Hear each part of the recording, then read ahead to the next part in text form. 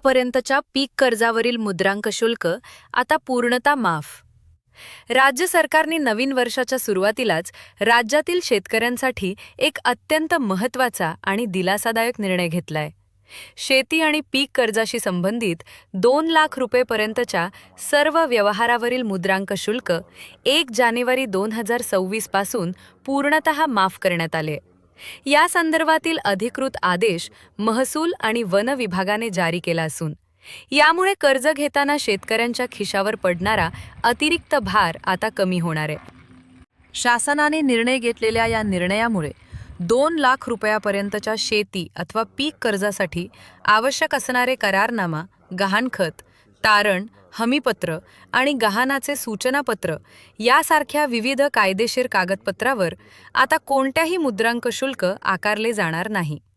महाराष्ट्र मुद्रांक अधिनियम 1958 मधील तरतुदीचा वापर करून लोकहितासाठी हा निर्णय 1 जानेवारी 2026 पासून पुढील आदेशापर्यंत लागू करण्यात आला आहे.